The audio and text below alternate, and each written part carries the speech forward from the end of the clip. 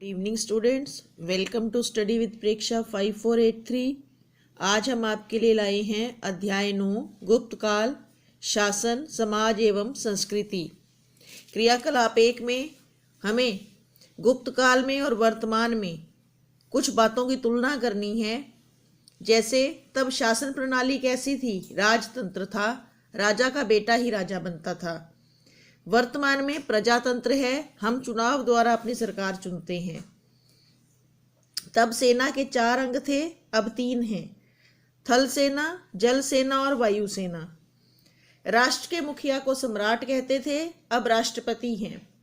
प्रांत को तब भुक्ति कहा जाता था, अब राज्य कहा जाता है। आंतरिक कानून व्यवस्था गुप्त काल में चाट या भाट के हाथ में थी, वर्तमान में पुलिस के हाथ में है। गुप्त काल में निर्मित किन्हीं 4 मंदिरों के नाम? देवगढ़ झांसी का दशावतार मंदिर, भूमरा मध्य प्रदेश का शिव मंदिर, तिगवा एमपी मध्य प्रदेश का वैष्णव मंदिर, चौथा बोध गया व सांची के मंदिर। जैन धर्म की 2 प्रमुख शाखाएं, दिगंबर ये निर्वस्त्र रहते हैं और श्वेतांबर ये श्वेत वस्त्र धारण करते हैं। गुप्तकालीन सिक्के स्वर्ण के बने हुए होते थे। लौह स्तंभ कहाँ स्थित है? महरौली दिल्ली में चंद्रगुप्त द्वारा बनवाया गया यह लौह स्तंभ धातु विज्ञान का अद्भुत नमूना है। पिछले 1600 साल से इस पर मौसम का कोई दुष्प्रभाव नहीं है। ना इसको जंग लगा है, ना ये गला है और ना ही ये टूटा है। वर्तमान में कौन से प्राचीन विश्वविद्यालय को पुनर्जीवित किया गया है? नालंदा विश्वविद्यालय, बिहार। क्रियाकलाप 2, आप गांव में रहते हैं, गांव के मुखिया को क्या कहते हैं? सरपंच कहते हैं। आपके गांव के मुखिया कौन हैं? श्री रामलाल। उनका चुनाव कैसे हुआ? उनका चुनाव हमने वोट डालकर किया है, इसे कहते हैं प्रत्यक्ष मतदान द्वारा। गांव के मुखिया के क्या कार्य हैं? ग्राम पंचायत की बैठकों की अध्यक्षता करना, ग्रामीणों व राज्य सरकार के बीच कड़ी का कार्य करना। क्रियाकलाप 3, प्राचीन समय में समाज वर्णों में विभक्त था, जबकि आधुनिक भारतीय समाज अनेक जातियों में विभक्त है। वर्ण और जाति की संरचना में क्या अंतर है, बताइए। प्राचीन समय में वर्ण का अर्थ था व्यवसाय।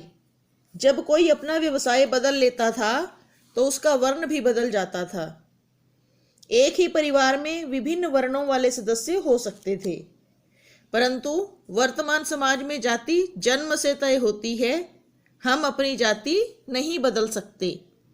अपने गांव के लोगों के मनोरंजन के साधन बताइए।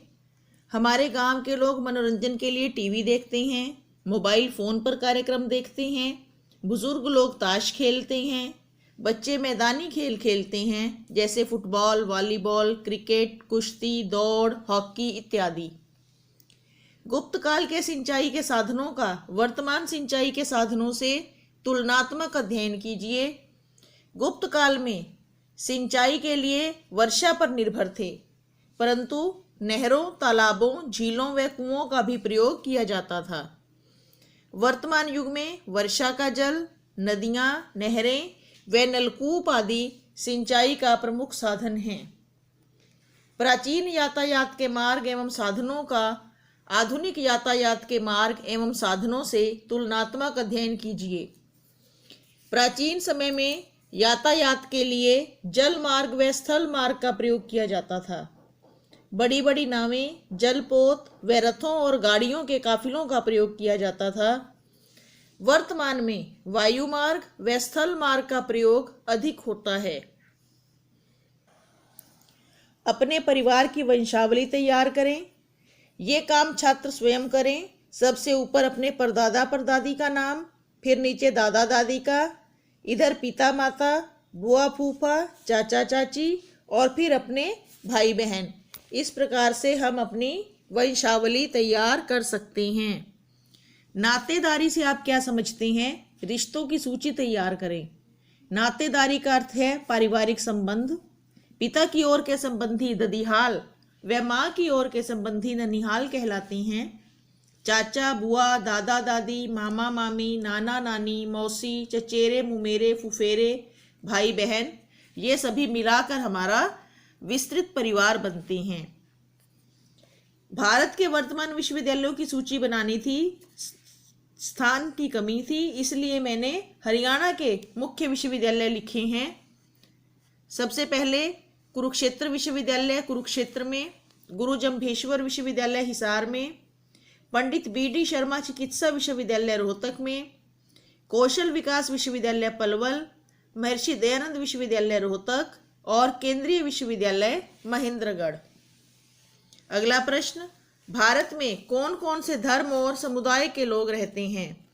तो भारत में हिंदू, सिख, इस्लाम, ईसाई, पारसी, बौद्ध व जैन धर्म को मानने वाले लोग रहते हैं।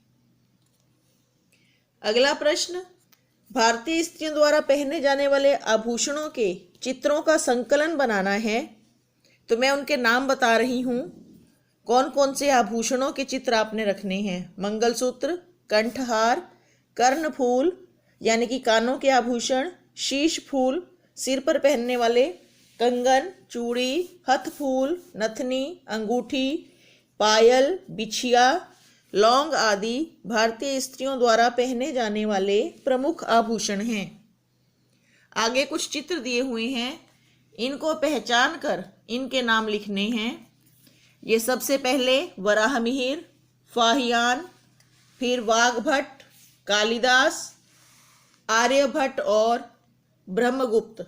ये सभी चित्र काल्पनिक हैं। इनको पहचानने के लिए हमने आपकी पाठ्यपुस्तक की सहायता ली है।